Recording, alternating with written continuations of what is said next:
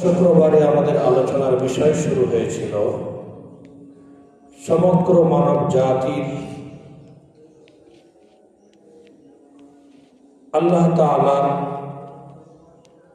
মখলুক আশরাফুল মখলুকাত, সেরা মখলুক। এই সেরা মখলুকদের জন্য আল্লাহ তাআলা জান্নাতের ব্যবস্থা করেছে, এরা জান্নাতে যাবে।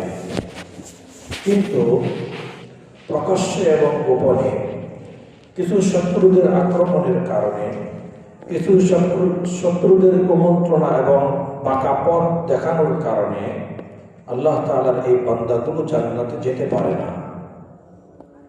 কারা আল্লাহর বান্দাদেরকে আল্লাহর তৈরি করা জান্নাতে ঢোকার ক্ষেত্রে প্রতিবন্ধকতা সৃষ্টি করে, এর একটা তালিকা আমরা গত জুমায় শুনেছিলাম।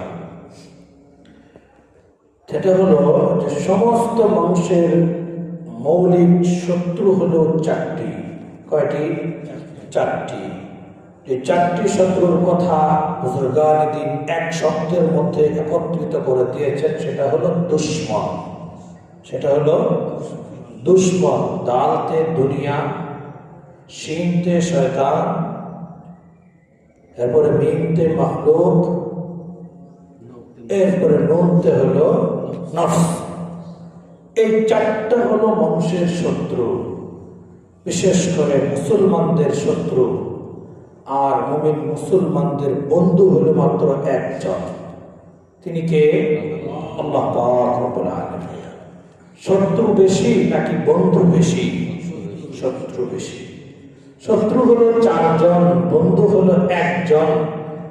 কাজে স্বাভাবিক যুক্তিতে, যারা স্বাভাবিক যুক্তি নিয়ে চিন্তা করে তারা ভাববে যে যেখানে চারটে থাকবে সেটার শক্তি বেশি হবে, যেখানে একটা থাকবে এটার শক্তি তুলনামূলক কম হবে। এটাই তো স্বাভাবিক। এটা কেউ মনে করতে পারে, যেহেতু শত্রুর সংখ্যা বেশি, চারজন, আর বন্ধুর সংখ্যা মাত্র একজন, কাজে এতগুলো শত্রুর সঙ্গে মোকাবেলা করে একজনকে আমাদেরকে বাঁচাইতে পারবে? একটা প্রশ্ন যেন মানুষের মনে আসতে পারে। এই প্রশ্নটার উত্তর আল্লাহ পাক রব্বুল আলামিন কোরআনুল কারীমের মধ্যে সুন্দরভাবে দিয়েছেন যে শত্রু যদিও সংখ্যায় বেশি, শত্রু যদিও চারজন, আর বন্ধু মাত্র একজন, সংখ্যায় কম, কিন্তু এটা ভালো করে মনে রেখো যে চারজন যে দুশ্মন আর শত্রু, এরা চারজনে মিলে যা করতে না পারবে, একজন বন্ধু যে আছে উনি এত বেশি করবে যেটার তুলনা তাদের সঙ্গে করাই চলে না। ঠিক না বেঠিক? যার ফলে হযরতে মূসা আলাইহিস সালাতু ওয়াস সালাম যখন ফিরআউনের ক্ষোভের মুখে পড়লেন, রাগের মুখে পড়লেন, তখন ফিরআউন পুরা তার রাজ্যের মধ্যে সবচেয়ে বড় অভিজ্ঞ জাদুবিদ্যায় পারদর্শীদেরকে একত্রিত করার জন্য মন্ত্রী পরিষদকে অর্ডার করলেন। সমস্ত মন্ত্রী পরিষদ যখন আসলো, আসার পরে প্রত্যেকের হাতে প্রায় ৭০,০০০ জাদুকর। কতগুলো জাদুকর? ৭০,০০০। আর মুসাম্মি একা, সাথে সহযোগী আছে কে? হারুন, তার ভাই। আর বন্ধু তো আল্লাহ আছে। ৭০,০০০ জাদুকর, প্রত্যেকের হাতে একটা করে রশি, একটা করে লাঠি। আসার পরে ৭০,০০০ জাদুকর মূসা নবীকে লক্ষ্য করে বলল,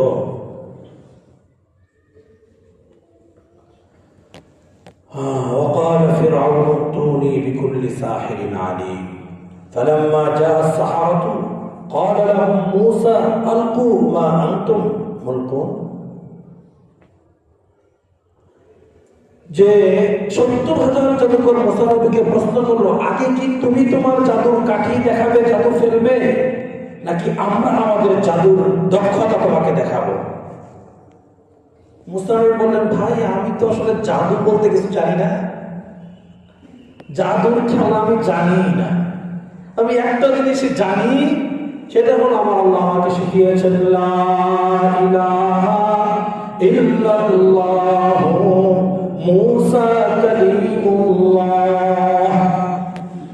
একটা একটাই শিখিয়েছেন, আর জানি না।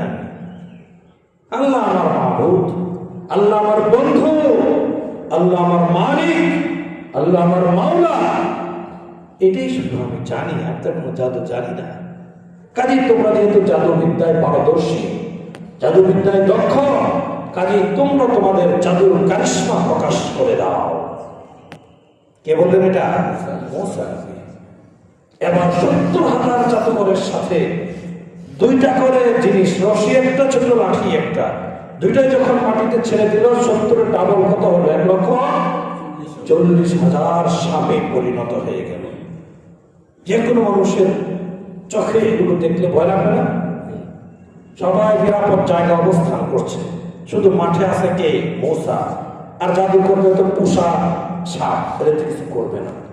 1,40,000 সাপ যখন মূসার দিকে তেড়ে আসছে, মূসাকে খাওয়ার জন্য, গ্রাস করার জন্য, তখন মূসা নবী শত্রু কয়জন? 4 জন। বন্ধু কয়জন? 1 জন। এখানে শত্রু 4 জন নাকি 1,40,000? এবার মূসা ফাফিরু ইলাল্লাহ, মূসা নবী আল্লাহকে ডাক দিয়ে বললেন, ইয়া আল্লাহ, তোমার চোখের সামনে দেখছো কতগুলো তাদের জাদুর সাপ আমাকে খাওয়ার জন্য ধেয়ে আসছে, আমি একা এখানে দাঁড়ানো তাদের সঙ্গে কিভাবে মোকাবেলা করব? তুমি ছাড়া আমার কেউ নেই, তুমি ছাড়া আমার কেউ। আল্লাহর পক্ষ থেকে ওয়াদা আসলো, হে মূসা, লম্বা কাহিনী করেন, আমার ওই কাহিনী বলার উদ্দেশ্য না, শুধু একটু বোঝাচ্ছি যে শত্রু সংখ্যা বেশি হলে যথেষ্ট না, যদি বন্ধু শক্তিশালী হয়, 4 জন কেন, 1000 শত্রু আসলে এক বন্ধুর সামনে কিছুই না। আল্লাহ বলেন, মূসা, তোমার হাতের লাঠি তুমি এই মাটিতে ছেড়ে দাও। মূসা নবীর হাতের লাঠি আল্লাহর ওয়াদা মেনেছেন। বন্ধু তাকে বলেছেন, পরামর্শ দিয়েছেন, বন্ধু তোমার প্রতি আমার পরামর্শ, তোমার হাতের লাঠিটা ছেড়ে দাও। পরে কি হয়েছে কিছু আপনারা জানেন? 1 লাঠি এমন বড় সাপ হয়েছে, 1,40,000 সমস্ত সাপকে এক চুমুকে গ্রাস করে ফেলেছে। আল্লাহর পাওয়ার। এমন বন্ধু থাকলে শত্রু যতই হোক কাজ হবে। এমন বন্ধু আল্লাহ শুধু মুসলমানদেরকেই দান করেছেন। আলা ইন্না আউলিয়া আল্লাহ লা খাউফুন আলাইহিম ওয়া লা হুম ইয়াহজানুন। আল্লাহ পাক বলছেন, আমার বন্ধু যারা হবে, আমার সঙ্গে যাদের হট কানেকশন হবে, লা খাউফুন আলাইহিম, তাদের দুনিয়া আখিরাতে ভয় করতে কিছু নেই, ওয়া লা হুম ইয়াহজানুন, এবং তারা কখনোই কোনো টেনশনে পড়বে না। আমি আল্লাহ তাদেরকে হেফাজত করব। এটা কোরআনের কথা। বহরহাল মূসা নবীর বন্ধু 1 জন, শত্রু অনেক। এক বন্ধু তাকে সমস্ত শত্রুদের ধূলিসাৎ হয়ে গিয়েছে। এরকম ঘটনা কি একটা না, অনেক আছে। হযরত ইউসুফ আলাইহিস সালাতু ওয়াস সালাম ঘটনা জানেন না? জুলাইখা তাকে মহব্বত করে, সংক্ষেপে তার সঙ্গে অপকর্ম করার জন্য রুমের ভিতরে নিয়ে একে একে 7টি তালাবদ্ধ করে দিয়েছে। কয়টি? 7টি। মন্ত্রীর বউ, তার পাওয়ারই তো অন্যরকম, কত পাহারাদার, কত কিছু তার সঙ্গে আছে। আর ইউসুফ আলাইহিস সালাম একা, একেবারে নির্জন কক্ষের ভিতরে যখন নেওয়া হয়েছে, তখন বলেছে, জুলাইখা, আমি তোমাকে দীর্ঘদিন যাবত ভালোবাসি, তোমাকে কাছে পেতে চাই, কিন্তু কোনো সুযোগ হচ্ছিল না। আজকে বড় কৌশলে, বড় টেকনিকে আমি তোমাকে এমন জায়গায় আবদ্ধ করেছি, তুমি চাইলেও এখান থেকে পালাতে পারবা না। কাজে আজকে আমার দিলের যে অপকর্মের চাহিদা, এটাকে তোমার পূরণ করতেই হবে। শত্রু কয়জন? 7টা তালা। বন্ধু কয়জন? 1 জন। কোরআন আয়াত আল্লাহ পাক বলছেন, ক্বালা মাআদাল্লাহ বলেন আল্লাহ ডাক দেন না, ক্বালা মাআযাল্লাহ। কি মজা, মধুর ডাক। হাদিসের মধ্যে আসছে কোন বান্দা যখন বিপদে পড়ে মহান আল্লাহ পাককে চিৎকার করে দিলের গভীর থেকে ডাক দিবে, সাথে সাথে ওই বান্দার গলার আওয়াজ আল্লাহ শব্দের উচ্চারণ শুধু আকাশটা, সপ্তম আকাশকে ভেদ করে আর আযীম পর্যন্ত পৌঁছে আল্লাহর আরশ আযীম চলার করে দিয়ে দিবে।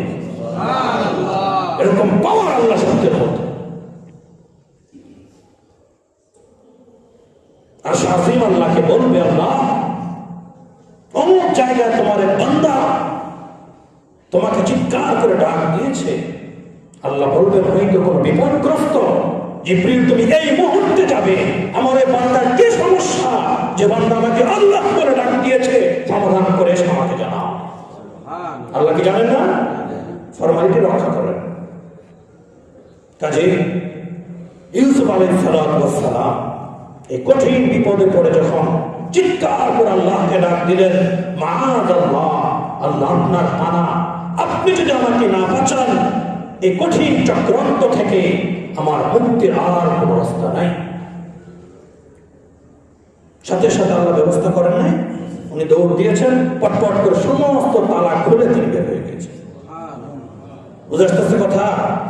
এজন্য শত্রু যত বেশি হোক না কেন, আমাদের যে বন্ধু আছে ওই বন্ধুকে যদি আমরা আপন করতে পারি, ভালোভাবে তাকে বন্ধু রূপে গ্রহণ করতে পারি, এই সকল ছাতুরি মাতুরি শত্রু আমাদের একটা লোমও নড়াইতে পারবে না। ঠিক না বেঠি? কাজেই বন্ধুর সঙ্গে সম্পর্ক মজবুত করা চাই, আর শত্রুকে চিহ্নিত করে তার আক্রমণগুলো থেকে দূরে থাকা চাই। 1 নম্বর শত্রুর আলোচনা আমরা গত জুমায় শুনেছিলাম, সেটা কি? দুনিয়ার লোভ লালসা, দুনিয়ার উপার্জন, দুনিয়ার চাকচিক্যতা, দুনিয়ার পদ পদবী, দুনিয়ার সবকিছু, এগুলোর পিছনে পড়ে মানুষ বন্ধুকে ভুলে যায়। এটা আমরা গত জমায় মোটামুটি বিস্তারিত শুনেছি। আজকে আমরা শুনব দ্বিতীয় শত্রু, মুসলমানদের, মানুষদের দ্বিতীয় দুশমনকে, শয়তান। শয়তান দেখা যায়, দেখলেই তো মোকাবেলা করা যায় না শত্রুর, আর যেটা দেখা যায় না আড়াল থেকে দুষ্টামি করে, এটার মোকাবেলা করা সহজ না কঠিন? বড় কঠিন। আল্লাহ তাআলা কোরআন কারীমের মধ্যে বলেছেন, 22 নম্বর পারা, সূরা সাবা, এখানে আল্লাহ বলেন, ইন্নাশ শাইতানা লাকুম আদুউন ফাত্তাখিযুহু আদুওয়া ইন্নামা ইয়াদউ হিজবাহু লিয়াকুনু মিন আসহাবিস সাঈর। ইন্নাশ শাইতানা, নিশ্চয়ই শয়তান, আদুউন লাকুম, তোমাদের শত্রু, ফাত্তাখিযুহু আদুওয়া, কাজেই তোমরা শত্রুকে, শয়তানকে বন্ধু রূপে গ্রহণ করো না, তাকে তোমরা শত্রু হিসাবেই গ্রহণ করো। ইন্নামা ইয়াদউ হিজবাহু, শত্রু যে শয়তান, সে সবসময় চায়, সবসময় কামনা করে সে যেন তার অধীনস্থদেরকে, তার বাহিনীদেরকে সাথে নিয়ে দাওয়াত দিয়ে জাহান্নাম পর্যন্ত পৌঁছে দিতে পারে। ইন্নামা ইয়াদউ হিজবাহু লিয়াকুনু মিন আসহাবিস সাঈর, মানে হলো জাহান্নাম, প্রজ্বলিত অগ্নি। যেন শয়তান তার বাহিনীকে জাহান্নামের অধিবাসী বানাতে পারে, এটা শয়তান কি করে? কামনা।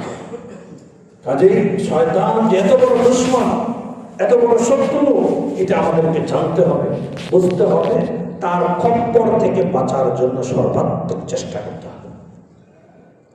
দেখা যায় এক আয়াতের মধ্যে আল্লাহ পাক রব্বুল আলামিন বলেছেন, ইন্নাহু ইয়ারাকুম হুয়া ওয়া কাবিলুহু মিন হাইসু লা তারাউনাহুম, ইন্নামা ইয়ারাকুম হুয়া ওয়া কাবিলুহু মিন হাইসু লা তারাউনাহুম, নিশ্চয়ই শয়তান তোমাদেরকে এমন জায়গা থেকে দেখে, কিন্তু তোমরা তাকে দেখো না,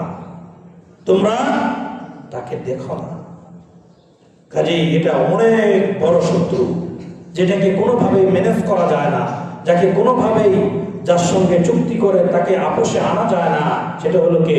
ইবলিস, শয়তান। দেখাও যায় না, চুক্তিও করা যায় না, বোঝাপড়াও করা যায় না, তাকে ঘুষও দেওয়া যায় না। খালিস তার কাজই হলো যে কোনো মূল্যে মানুষকে জাহান্নামে মুখী করেই ছাড়বে। সে দীর্ঘদিন জান্নাতে ছিল না, জান্নাত থেকে যখন আল্লাহ তাআলা বের করে দিলেন তখন সে আল্লাহর কাছে ফরিয়াদ করেছিল, আল্লাহ এতদিন আপনার ইবাদত করলাম, এতদিন আপনার উপাসনা করলাম, এত মর্যাদা আপনি আমাকে দান করলেন, আজকে আমাকে খালি হাতে এখান থেকে বের করে দিবেন? আল্লাহ বলেন, কি চাস বল।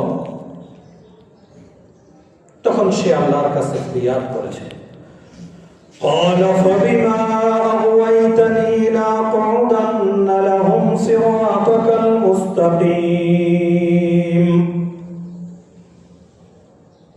সূরা আরাফ 8 নম্বর পারা 11 নম্বর পৃষ্ঠা। আল্লাহ পাক রব্বুল আলামিন শয়তানের কথাটা উল্লেখ করছেন। শয়তান আমাকে বলতেছে, আল্লাহ যেহেতু আপনি আপনার এই বান্দা বনি আদম, বনি আদমের কারণে আমার কপালে দুর্গতি, আমাকে জান্নাত থেকে বহিষ্কার করে দিলেন, জান্নাত থেকে চিরতরে আমাকে একেবারে বরখাস্ত করে দিলেন, বহিষ্কার করে দিলেন। কাজেই আমি আপনার সত্তার কসম করেই বলি, আপনার এই বান্দাদেরকে আমি একজনকেও জান্নাতে ঢুকতে দিব না। যেই রাস্তা দিয়ে তারা জান্নাতে ঢুকবে ওই রাস্তার মোড়ে মোড়ে আমি দাঁড়িয়ে থাকবো আমার বাহিনী নিয়ে, যে কোনো মূল্যে তাদেরকে লাইন চ্যুত করে অন্যদিকে পাঠিয়ে দিব, জান্নাত পর্যন্ত পৌঁছতে দিব না। কোরআনেরই তো কথা। অবশ্যই অবশ্যই আমরা বসে থাকবো সিরাতাল মুস্তাকিম। সিরাতে মুস্তাকিম মানে কি? যেই রাস্তা দিয়ে জান্নাতে যাওয়া যায় ওই রাস্তাটার নাম কি? সিরাতুল মুস্তাকিম। সূরা ফাতিহার মধ্যে বলি না, ইহদিনাস সিরাতাল মুস্তাকিম। হে আল্লাহ, আপনি আমাদেরকে জান্নাতের পথ দেখান, সরল সঠিক পথ দেখান, যেই পথে চললে আমি জান্নাতে যেতে পারবো এই পথ আমাদেরকে দেখান। এটাই তো সিরাতুল মুস্তাকিম। ثم لآتينهم من بين أيديهم ومن خلفهم وعن أيمانهم وعن شمائلهم ولا تجد أكثرهم شاكرين। আল্লাহ পাক বলছেন যে শয়তান যখন জান্নাত থেকে বের হয়ে আসে তখন সে আমাকে শোনায় আসছে কি, যে আমি বান্দাদের মোড়ে মোড়ে তো দাঁড়াবো, শুধু এটাই শেষ না। সে যখন ঘরে থাকবে, দোকানে থাকবে, বাজারে থাকবে, মার্কেটে থাকবে, যেখানে থাকবে, মসজিদে থাকবে, যেখানে থাকবে। মসজিদে শয়তান ঢোকে না? মসজিদে ঢোকে না? ঢোকে। আমি মোড়ে মোড়ে থেকে তাদের সামনে থেকে, পিছন থেকে, ডান থেকে, বাম থেকে, চতুর্দিক থেকে আমি তার অন্তরে কুমন্ত্রণা তৈরি করব। আমি তাকে ধোঁকা দিব, খারাপ কাজগুলোকে তার সামনে ভালো করে দেখাবো। তখন সে ওই খারাপ কাজগুলোকে ভালো মনে করে করতে থাকবে এবং সমাজের কাছে বাহবা পাওয়ার জন্য চেষ্টা করবে। কিন্তু ভালো কাজ করতে কে করাবে? এগুলো শয়তান করাবে। আল্লাহ, শয়তানের প্রধান টার্গেট কি? মুসলমানদেরকে নামাজ থেকে দূরে রাখা, নাকি রোজা থেকে দূরে রাখা? তাহলে প্রধান টার্গেট কি? মুসলমানদের শত্রু 2 নাম্বার নাম কি? শয়তান। এর প্রধান টার্গেট কি? মুসলমানদেরকে নামাজ থেকে দূরে, জুম্মার নামাজ যেন না পড়ে, এটাই তো টার্গেট নাকি? প্রধান টার্গেট হলো নামাজ, রোজা, হজ, যাকাত চাইলে কার হয়? আল্লাহর হয়। এগুলো চাইলে আল্লাহ মাফ করে জান্নাতি বান্দা হিসেবে বানিয়ে দিতে পারেন। পারেন কি পারেন? এজন্য শয়তানের প্রধান টার্গেট এগুলো নয়। শয়তানের প্রধান টার্গেট হলো যে শয়তান তার আল্লাহ তাআলার বান্দাদেরকে ঈমান থেকে দূরে সরিয়ে দিবে। ঈমান থেকে যদি দূরে সরাইতে পারে, শিরিক করাইতে পারে, তাহলে ওই বান্দাদেরকে আল্লাহ তাআলা কখনোই ক্ষমা করবেন না। অন্য গুনাহ আল্লাহ চাইলে ক্ষমা করতে পারে, তওবা ছাড়াও ক্ষমা করতে পারে, কিন্তু শিরিক যদি কেউ করে তাহলে এই গুণ আল্লাহ তাআলা কোনোভাবেই ক্ষমা করবেন না। কোরআনের মধ্যে আল্লাহ বলছেন না, ইন্নাল্লাহা লা ইয়াগফিরু আন ইউশরাকা বিহি ওয়া ইয়াগফিরু মা দুনা যালিকা লিমান ইয়াশা। ইন্নাল্লাহা, নিশ্চয়ই আল্লাহ তাআলা, লা ইয়াগফিরু, কখনোই ক্ষমা করবেন না, আন ইউশরাকা বিহি, যে নাকি আল্লাহর সঙ্গে কি করে? শিরিক করে। কত মুশকিল কথা, কখনই ক্ষমা করবেন। হ্যাঁ, এছাড়া যদি নিচের কোনো গুনাহ, শিরিক ছাড়া অন্য কোনো গুনাহ আল্লাহ চাইলে ক্ষমা করে দিতে পারেন, কিন্তু শিরিক এত মারাত্মক গুনাহ, এই গুনাহ আল্লাহ তাআলা কশিন কালেও ক্ষমা করবেন। এই জন্য এটা কি কি কাজের দ্বারা মানুষের শিরিক হয়, কি কি কাজের দ্বারা মানুষের ঈমান নষ্ট হয়, এগুলো চিহ্নিত করে শিখা, মুখস্থ করা, এগুলো থেকে বিরত রাখা সবার জন্য জরুরি। অনেক মানুষ এমন আছে যে সন্তান হয় না, সন্তানের জন্য সে মাজারে যায়। অনেক সুস্থ হয় না, সুস্থতার জন্য সে মাজারে যায়। বিবাহ হয় না, বিবাহের জন্য সে মাজারে যায়। ব্যবসার উন্নতি হয় না, এই জন্য সে মাজারে যায়। প্রকাশ্যে যায় না, গোপনে লুকায় যায়, যাতে সমাজের মানুষ না জানে। এজন্য গোপনে লুকায় সে যায়। যাওয়ার পরে সে কবরওয়ালার কাছে মাজারে গিয়ে চায়, প্রার্থনা করে, কাঙ্ক্ষিত বিষয়টা চায়, যাতে করে মাজারের কাছে তার কারো কারো হয়েও যায়। তখন সে 10 জনকে বলে, আমার এই কাজ সমাধান হচ্ছিল না, আমি মাজারে গিয়েছিলাম, মাজারে যাওয়ার পর আমার কাজটা সমাধান হয়েছে। আছে না নাই? অথচ কোরআনের মধ্যে আল্লাহ পাক কি বলছেন? আমাদের বাংলাদেশের যে মাজার আছে, সর্বোচ্চ কে? শাহজালাল শাহ বড়, তাই না? এর চেয়ে বড় মাজার কে, বড় পীর কে ছিল? আব্দুল কাদের জিলানী, মাইনুদ্দিন চিশতি, আরো যারা বড় বড় পীর ছিল। শুধু এগুলো সব পীরের পীর ছিল কেন? আমাদের নবীজি মুহাম্মদ রাসূলুল্লাহ সাল্লাল্লাহু আলাইহি ওয়াসাল্লাম। নবীজি নিজে কি বলতেছেন? আল্লাহ তাআলা নবীজির মুখ দিয়ে বলাচ্ছেন কোরআনের মধ্যে, একবার না কয়েকবার। কুল, হে নবী আপনি বলেন, লা আমলিকু লিনাফসি নাফআন ওয়ালা দাররান ইল্লা মা শাআআল্লাহ।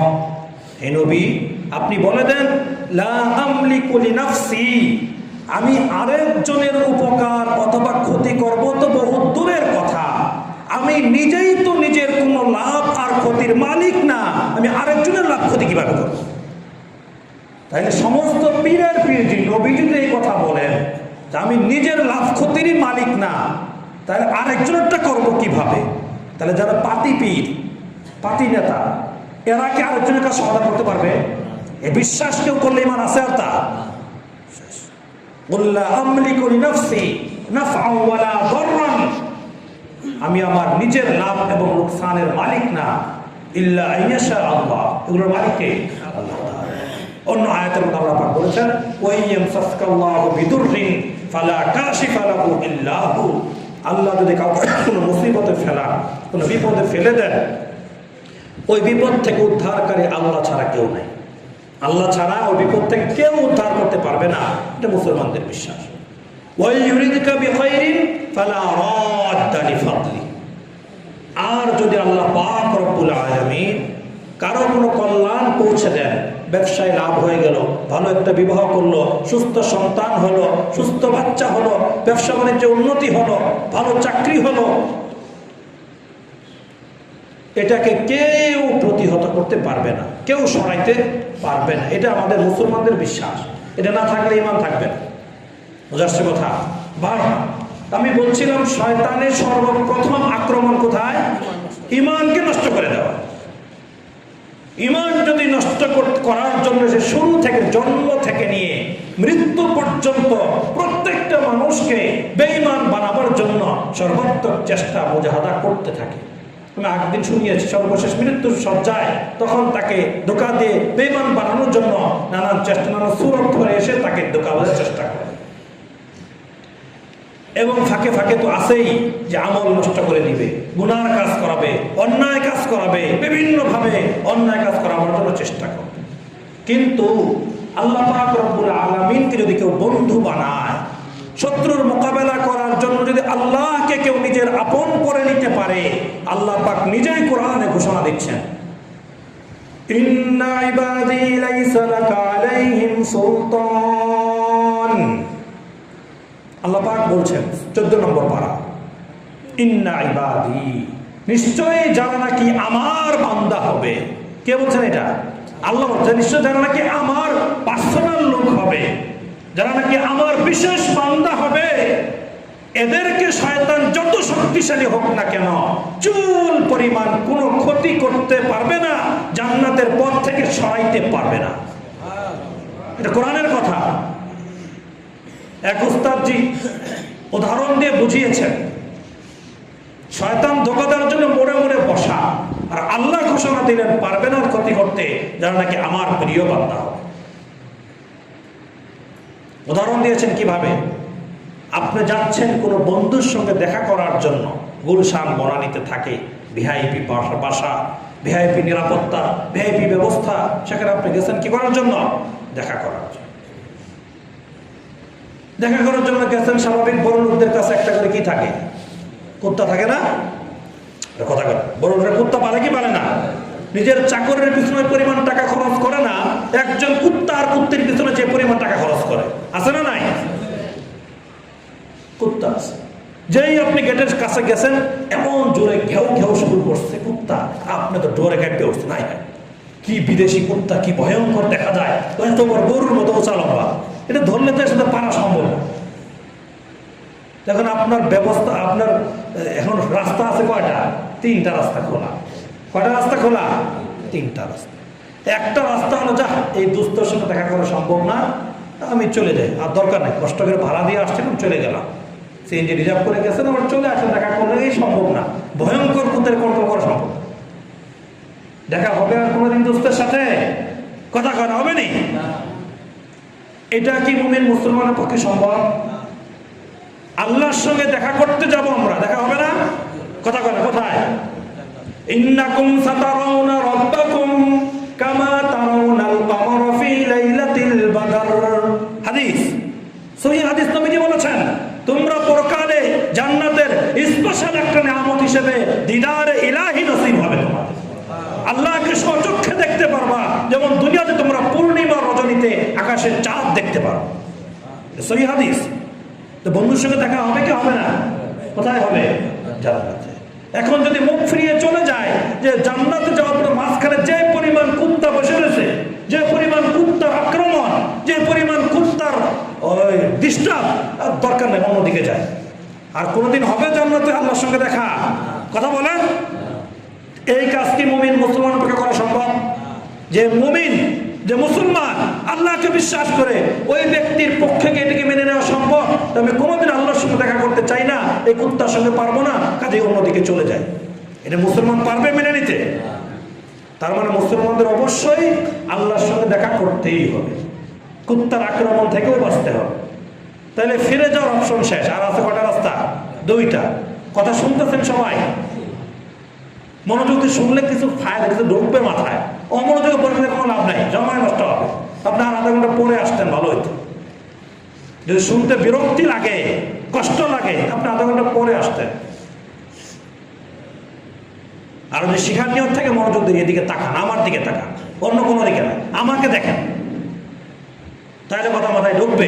চোখেও কথা শুনে, জানেন চোখেও কি করে কথা শুনে, ভাবভঙ্গিমা দেখলে, ঠোঁট নাড়ানো দেখলে, কানে না শুনলেও বোঝা শুনে কি বলতে চায়। বুঝতেছেন কথা? আল্লাহু আকবার।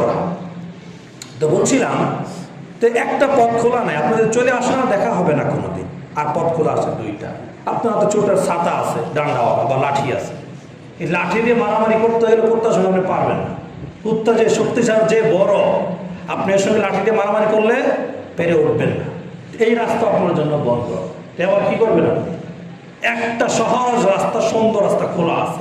সেটা কি? আপনি ওখানে যাওয়ার মোবাইল নাম্বার দেওয়া আছে, অথবা যার কাছে গেছেন তার সঙ্গে আপনার মোবাইলের নাম্বার আছে। আপনি মেহেরবানি করে মোবাইলটা বের করে দোস্তের কাছে ফোন, দোস্ত আমি তো আসছিলাম তোমার সাথে দেখা করার জন্য, রাস্তায় তো কুত্তা, রাস্তায় কি কুত্তা ঢুকতে দেয় না, কিভাবে দেখা করবো? তাই নাকি? তারা আসতেছে। এবার বন্ধু 7 তলা থেকে নেমে আসবে নিচে, আসার পর বলে এই টমি সাওয়ার আমার বন্ধু আসছে, বলবে কি বলবে না? তখন দোস্তের সাথে দেখা করতে কোনো সমস্যা হবে? সমস্যা হবে? কত সহজ রাস্তা।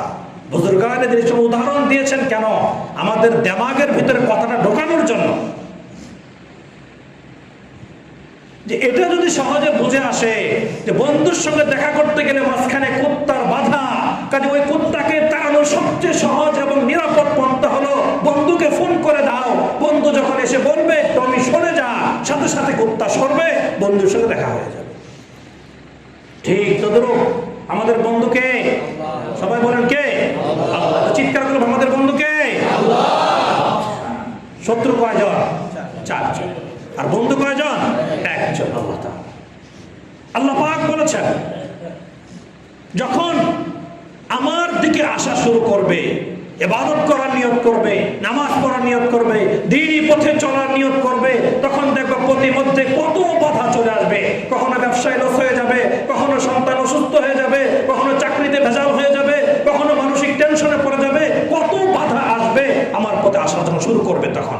আর যখন আসবে না তখন নিশ্চিন্ত, কোনো সমস্যা নেই। এরকম আছে না নাই? কত বেহায়া, কত অপদার্থ, কত অসভ্য দিব্যি টাকা পয়সা উপার্জন করতেছে, জীবনযাপন কোনো রোগও হয় না, আছে না নাই? আর কত দিনদার মানুষ, তার পেরেশানির শেষ নাই। বাহারা আল্লাহর পথে চলতে গেলে পেরেশানিও হবে এবং মাঝখানে শয়তানও নানান ভাবে ধোঁকা দিবে, লাইনচ্যুত করার জন্য চেষ্টা করবে। এজন্য আমাদের আমল শেখানো হয়েছে, আমলগুলো যদি করি তাহলে শয়তানকে তাড়ানো সম্ভব। এবং শয়তান তো দেখা যায় না, তাহলে কিভাবে বুঝবো যে শয়তান আমাকে ধোঁকা দিচ্ছে? দেখা যায় তো কিভাবে বুঝবো? এটা বোঝার উপায় হলো, যখনই মনের মধ্যে গুনার কাজ করার আগ্রহ তৈরি হবে, নেকির কাজের ব্যাপারে গাফলতি দেখা দিবে, তখনই বুঝতে হয় এই তো শয়তান রাস্তায় এসে গেছে, শয়তান রাস্তা আটকে দিয়েছে। এটা একটা ওষুধ, এটা বোঝার তরিকা, থার্মোমিটার। যখনই নেকির কাজ করতে গেলে অসুবিধা লাগবে, ভালো লাগবে না, সমস্যা মনে হবে এবং গুনার কাজ করতে আগ্রহী তৈরি হবে, দিলের মধ্যে জজ্বা লাগবে যে গুনার কাজটা করি না, একটু দেখি না মোবাইলে কি দেখা, একটু বাইরে যাই না, তখনই বুঝতে হবে পথে কে এসেছে? ইবলিস। আবার 1 নম্বর ওষুধ হলো কি? যখনই এমন মনে হবে সাথে সাথে আউযু বিল্লাহি মিনাশ শাইতানির রাজীম, এই দোয়াটা পড়ে ফেলতে। আউযু বিল্লাহি মিনাশ শাইতানির রাজীম যদি কেউ পড়ে, আল্লাহ পাক রব্ব, এটার অর্থ কি? আল্লাহ, আমি বিতাড়িত মারদুদ শয়তান থেকে তোমার নিকট আশ্রয় চাচ্ছি, কাজে তুমি আমাকে হেফাজত করো। কুত্তার কামড় থেকে হেফাজত করো। উনি বলেন যে দোস্ত তোমার কুত্তা সামলাও। আউযু বিল্লাহর অর্থ কি? দোস্ত কি করো? কুত্তা সামলাও। আমাকে ডিস্টার্ব করতেছে। 1 নম্বর কাজ আউযু বিল্লাহ পড়ে ফেল, আল্লাহ হেফাজত। কুত্তাকে শুধু তাড়া দিলে আবার আসে না, ঘুরে দৌড়ে দিলে আবার কিন্তু আসে। যখন দেখবে যে আপনি আবার সে আস্তে আস্তে আস্তে আস্তে গাফেল হয়ে গেছে, শয়তান আবার আসবে। এবার দ্বিতীয় ঔষধ, লা হাওলা ওয়ালা কুওয়াতা ইল্লা বিল্লাহ। আউযু বিল্লাহ পড়েন, সাথে সাথে কি বাড়িয়ে দেন? লা হাওলা ওয়ালা কুওয়াতা ইল্লা বিল্লাহ। এই 2টা ওষুধ নিয়মিত ব্যবহার করেন। এরপরেও যদি কুত্তা কখনো কামড় দিয়েই ফেলে, কুত্তা কামড় দেয় মানে কি? কোনো গুনাহ হয়েই যায়। রাস্তার মধ্যে কুত্তা কামড় দেয় মানে আমরা কি বুঝবো? কোনো গুনাহ যদি হয়েই যায়, অনেক সতর্ক থাকা সত্ত্বেও কোনো গুনাহ হয়ে গেছে, আল্লাহর নাফরমানি হয়ে গেছে, এবার করণীয় কি? ব্যবস্থা নাই? বিভিন্ন নবীদের থেকে দোয়া। সর্বপ্রথম যে গুনাহ হয়ে গেলে করণীয় ঔষধ, সেটা কি? হযরতে আদম আলাইহিস সালাম যখন জান্নাত থেকে আসছেন, উনি আল্লাহর কাছে কি দোয়া করছেন? রব্বানা যালামনা আনফুসানা ওয়া ইল্লাম তাগফির লানা ওয়া তারহামনা লানাকুনান্না মিনাল খাসিরিন। হে আল্লাহ, আমি আমার নিজের প্রতি জুলুম করে ফেলেছি শয়তানের চক্রান্তে পড়ে। যালামনা আনফুসানা ওয়া ইল্লাম তাগফির লানা, আপনি যদি আমাকে ক্ষমা না করেন, ওয়া তারহামনা, আমার প্রতি দয়া না করেন, লানাকুনান্না মিনাল খাসিরিন, অবশ্যই অবশ্যই আমি মারাত্মক ক্ষতিগ্রস্তদের কাতারে শামিল হয়ে যাব। এটা হলো কার শেখানো দোয়া? হযরতে আদম আলাইহিস সালামের দোয়া। 2 নম্বর ইউনূস আলাইহিস সালামের দোয়া। উনি কি বলছেন? লা, এটা আমরা মনে ইউনূস কথা, এটা আমরা কি মনে করি? এটা কেন খতম মতো রেখে দিছি, এটা রেখে দিতে বলতে আমরা বিপদে পড়লে এটা করে খতম করতে, এটা এই জন্য কি দেওয়া হয়েছে নাকি? এটা মূলত আল্লাহর কাছে উনি দোয়া করেছেন, ফরিয়াদ করেছেন, আল্লাহ ভুল হয়ে গেছে, ভুল হয়ে গেছে, মাফ করেন। লা ইলাহা ইল্লা আনতা সুবহানাকা ইন্নী কুনতু মিনাজ জালিমিন। লা ইলাহা ইল্লা আনতা সুবহানাকা ইন্নী কুনতু মিনাজ জালিমিন। আল্লাহ, আমি তো জুলুম করে ফেলেছি, অন্যায় করে ফেলেছি, ভুল করে ফেলেছি, কাজেই আপনি আমাকে ক্ষমা করেন। বুঝতে কথা? এখন এভাবে 1টা 2টা খুঁজে খুঁজে কয়টা পাবেন? বহুত নবীদের আছে। এই জন্য সরাসরি কোরআনের ভিতরে ঢুকে দেন, পুরা কোরআনটা ওষুধে ভরা। কুত্তার কামড় খাইলে চিকিৎসার ওষুধে কি ভরা নাই? চিকিৎসা কোরআনের মধ্যে ইস্তাগফিরু রাব্বাকুম ইন্নাহু কানা গফফারা ইউরসিলিস সামাআ আলাইকুম মিদরারা। সময় তো শেষ। পুরা কোরআন কুত্তার কামড় ওষুধে ভরা। আল্লাহ তাআলা জায়গায় জায়গায় বলেছেন তোমরা ব্যাপক হারে আমার কাছে তওবার ইস্তিগফার করো। হাদিসের মধ্যে নবীজি বলেছেন আমার পুরো বান্দাদের গুনাহ যদি মাটি থেকে নিয়ে আকাশ সমপরিমাণ পুরো এরিয়া গুনাহ দ্বারা ভরপুর হয়ে যায়, আর সে যদি একবার চিৎকার করে চোখের পানি ফেলে আমি আল্লাহর কাছে ভুল স্বীকার করে নাই, আমি সাথে সাথে আমার ওই বান্দার জিন্দেগির সমস্ত গুনাহ মাফ করে দেব। এটা কে বলছেন? আল্লাহ পাক ঘোষণা দিয়ে রাখছেন নবীর ভাষায়। এটা কুত্তার কামড়ের সবচেয়ে বড় ঔষধ। কয়বার মলম লাগাইতে হবে? ইঞ্জেকশন কয়টা দিতে হয় কুত্তা কামড় দিলে? একটা দিলে হয়নি, 7টা দেওয়া হয়। আল্লাহ পাক বলছেন 7টা লাগবে না, 7 বার লাগবে না, 5টা 3টা লাগবে না, তুমি শুধু একবার, মাত্র একবার ভালোভাবে দিল থেকে তোমার গুনার কথা স্মরণ করে আমি আল্লাহর কাছে তওবা করো, এক মলমের দ্বারা আমি তোমার জিন্দেগির সমস্ত গুনাহগুলো মাফ করে দেব। এই মলম তো কোনো মানুষের তৈরি না, আর শাযিম থেকে ঐশী পানি আল্লাহ পাক পাঠিয়েছেন তওবা ইস্তিগফারের কথা। শুধু কি তাই? মোবাইলের মধ্যে আপনার 500 নাম সেভ করা আছে, সবগুলো আপনি সিলেক্ট করেন, ডিলিট অল যদি টিপ দেন চলে যাবে না? সব জায়গাটা খালি থাকবে। বা কম্পিউটার হইলে জায়গাটা পেজটা খালি দেখাবে, নামগুলো চলে গেছে। অ্যাক্টিভে সব ডিলিট করা যায় না? তো এটা যদি বুঝে আসে আল্লাহ কি পাবে, মানুষ বানাইছে এটা, এটাই যদি এত বুদ্ধি থাকে অ্যাক্টিভে লক্ষ লক্ষ নাম ডিলিট করা যায়। আল্লাহ পাক রব্বুল আলামিন যেটা বলছেন যে তুমি শুধু 1 বছরে না 60, 70, 80 বছর বয়স পর্যন্ত যে পরিমাণ গুনাহের নাফরমানি করেছ, যে পরিমাণ শয়তানের কামড় খেয়েছ, ওই কামড় খেয়ে যতগুলো লক্ষ কোটি গুনাহ করেছ, সমস্ত গুনার বোঝা মাথায় নিয়ে আমি আল্লাহকে একবার ভালো করে বলো, আমি এক ক্লিকে তোমার জিন্দেগির সমস্ত গুনাহকে মুছে পরিষ্কার করে দেব। পারেন না? শুধু কি তাই? সূরা ফুরকান 19 নম্বর পারা 5 নম্বর পৃষ্ঠা শুরুর দিকে এখন আল্লাহ পাক রব্বুল আলামিন বলেছেন ইল্লা মান তাবা ওয়া আমানা ওয়া আমিলা আমালান সালিহা ফাউলাইকা ইউবাদদিলুল্লাহু সাইয়্যাতিহিম হাসানাত। আল্লাহ পাক বলছেন তুমি তওবা করার দ্বারা শুধু গুনাহ মাফ করব তা না, তুমি 60 বছর পর্যন্ত তোমার অ্যাকাউন্টে যে পরিমাণ গুনাহ জমা করেছিলে, গুনার বিশাল বস্তা তৈরি হয়ে গিয়েছিল, তুমি যখন তওবা করবা, তওবা করার দ্বারা তোমার গুনাহ তো মাফ হবেই, ঠিক ওই 10টা বস্তা যদি হয়ে থাকে 60 বছরে ওই সমস্ত গুনার বস্তাগুলোকে আমি নেকি দ্বারা পরিবর্তন করে তোমার আমল নামে লিপিবদ্ধ করে দেব। এটা সরাসরি কোরআনের আয়াত। ফাউলাইক ইউবাদদিলুল্লাহু সাইয়্যাতিহিম। আল্লাহ তো ওই মহান সত্তা যিনি এত পাওয়ারফুল, তোমার সারা জিন্দেগির সমস্ত গুনার রেকর্ডকে মুছে দিয়ে সেই গুনাহগুলোকে ইউবাদদিলুল্লাহু পরিবর্তন করে দিতে পারেন নেকির মাধ্যমে। আল্লাহ পাক আমাদেরকে জিন্দেগির সমস্ত গুনাহগুলো মাফ করাবার তৌফিক দান করেন। কিন্তু যদি তওবা করার সুযোগ না হয়, অপেক্ষা করতেছে কালকে তওবা করব, সামনের শুক্রবারে তওবা করব, তা অথবা জিলহজের প্রথম দশক শুরু হলে বরকতপূর্ণ তখন তওবা করব, এই অপেক্ষায় যদি থাকে আমি সে পর্যন্ত বাঁচবো, কোনো গ্যারান্টি আছে? কাজে অপেক্ষা করার সুযোগ কি আছে আমাদের হাতে? সুযোগ নেই। যখন তখন প্রতিনিয়ত তওবা করতে হবে। বুঝে আসছে কথা? তাইলে সমস্ত মানুষদের শত্রু কয়টা? 4টা। 1 নম্বর শত্রুর নাম দুনিয়া, 2 নম্বর শত্রুর নাম শয়তান, আর 2টা রয়ে গেল।